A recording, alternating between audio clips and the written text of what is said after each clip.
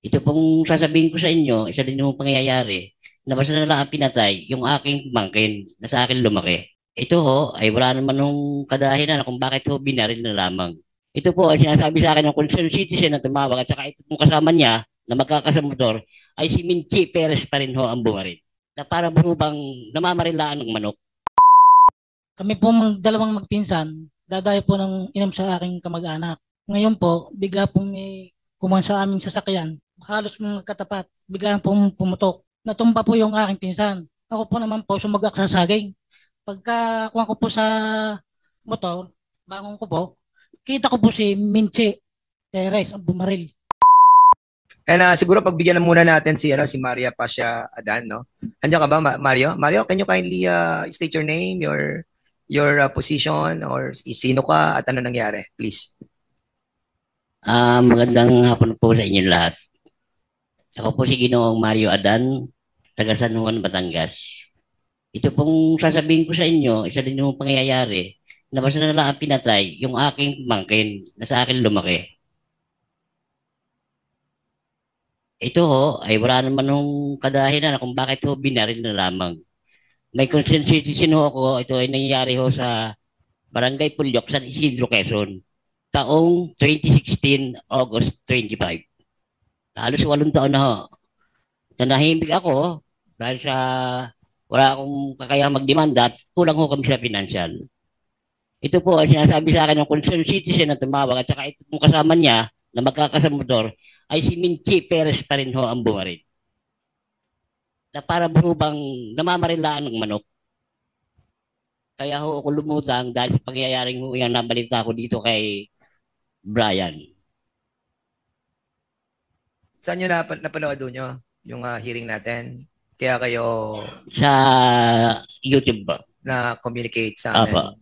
And accordingly, ano nyo yung napatay? Pamangkin ninyo? Pamangkin ko po, Saan pinatay? uli lang lubos na po siya sa akin po lumaki. Saan pinatay? Sa Barangay Pulyok po, San Isidro, Paano Quezon. binarel?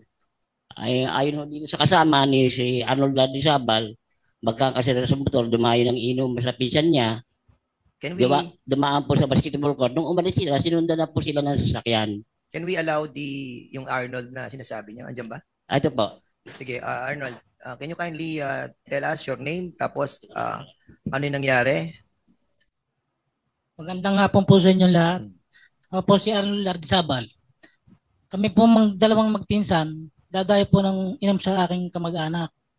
Ngayon po, bigla pong may kumuha sa aming sasakyan. Halos mga katapat, bigla pong pumutok. Natumba po yung aking pinsan. Ako po naman po sumagak sa saging. Pagka kuha ko po sa motor, bangon ko po, kita ko po si Minche Perez ang bumaril.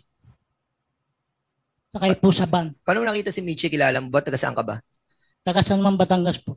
San Juan, Batangas. Anong barangay? Lipahan. Lipahan. Doon din, sa area.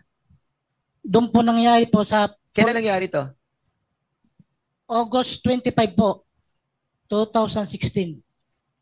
Is this Michi yung sinasabi mo kanina na 2016? Merong na-encounter ka din ganito?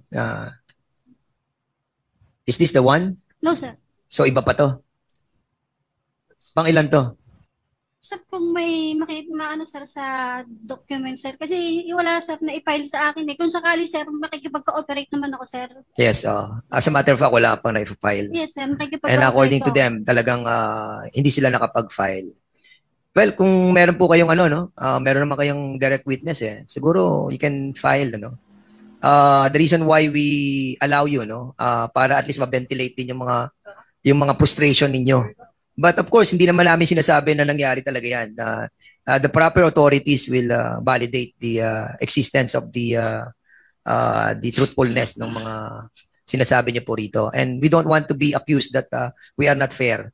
That's the reason why we allow you to speak. And basically, aminado naman si Michi na eto na, yung nangyaring bypass, hindi talaga bypass. Yun ang masakit. Binaril si Brian. Tapos ito, meron din ganyan na barilan. Mabigat, pero we have to follow the law. And I think the good Congressman from Antipolo would like to say something. kayo po ba handa pa rin mag-file ng demanda? Kasi pwede pa naman kayo mag-file ng demanda basta may mga witnesses at saka ebidensya ninyo dahil ang prescriptive period ng murder is 20 years.